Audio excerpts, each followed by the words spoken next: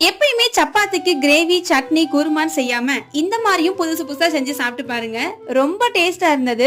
இந்த ரெசிபி எப்படி பண்ணலாம்னு பார்க்கலாமா? ஒரு சின்ன பாத்திரத்துல கொஞ்சமா நல்லெண்ணெய் ஊத்திக்கிறேன். கடுகு, கடலை, உளுத்தம் பருப்பு, ஒரு பெரிய சைஸ்ல உள்ள அனியனை குட்டி குட்டியா சாப் பண்ணி உப்பு போட்டு நல்லா கோல்டு கலர் வர வரைக்கும் வதக்கிக்கலாம். ஒரு பெரிய தக்காளியை நாலா கட் பண்ணி அதையும் இதுல ஆட் பண்ணிட்டு கொஞ்சமா இஞ்சி பூண்டு பேஸ்ட் போட்டு நல்லாவே வதக்கிக்கலாம். தக்காளியோட தோல் லைட்டா உரியற வரைக்கும் வதங்கினா போதும். இப்போ இது கூட மஞ்சத்தூள், மிளகாத்தூள், கொத்தமல்லி தூள், லைட்டா கறி மசாலா தூள் ஒரு வாசனைக்காக போட்டு கொஞ்சமா தண்ணி மிக்ஸ் பண்ணி ஒரு 5 நிமிஷம் போல கொதிக்க விட்டுறலாம்.